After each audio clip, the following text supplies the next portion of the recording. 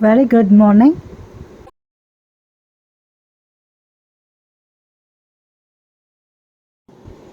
ஒரு காலத்தில் ஒரு தொலைதூர ராஜ்ஜியத்தில் ஒரு பேரரசர் தனது தோற்றத்தில் வெறித்தனமாக இருந்தார்.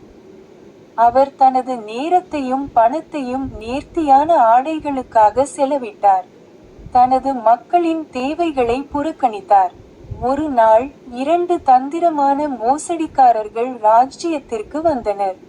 அவர்கள் மிகவும் நேர்த்தியான ஆடைகளை உருவாக்கக்கூடிய நிபுணர் நெசவாளர்கள் என்று கூறிக்கொண்டனர்.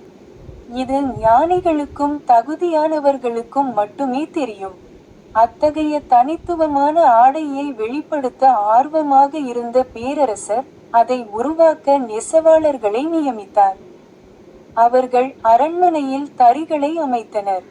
ஆனால் எந்த நூலையும் பயன்படுத்தாமல் அவற்றில் வேலை செய்தனர்.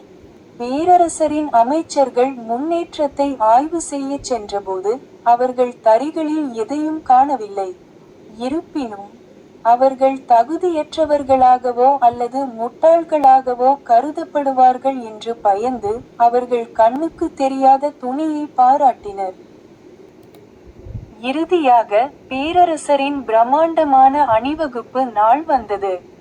மோசடிக்காரர்கள் அவருக்கு அவரது புதிய ஆடைகளை அணிவித்தனர், மேலும் பேரரசர் அவர்களை பார்க்க முடியாவிட்டாலும் சங்கடத்தை தவிர்க்க அந்த ஆடையை போற்றுவது போல் நடித்தார். அவர் தனது கண்ணுக்கு தெரியாத உடையில் தெருக்களில் அணிவகுத்து சென்றார்.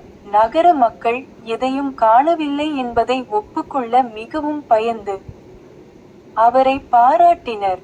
பின்னர் கூட்டத்தில் இருந்த ஒரு சிறு குழந்தை, "சக்கரவர்த்திக்கு உடைகள் இல்லை" என்று கத்தியது. உண்மை விரைவாக பரவியது. சிரிப்பு கூட்டமெங்கும் பரவியது. தனது முட்டாள்தனத்தை உணர்ந்த பேரரசர் வெட்கப்பட்டார், ஆனால் ஒரு முக்கியமான பாடத்தை கற்றுக்கொண்டார். பெருமையும் வஞ்சகமும் நம்மை உண்மையிலிருந்து குருடாக்குகின்றன. ஒழுக்கம்: எப்போதும் நேர்மையாக இருங்கள். பெருமையை விட உண்மையை மதிக்கவும். Thank you and bye. Like, share and subscribe for more videos.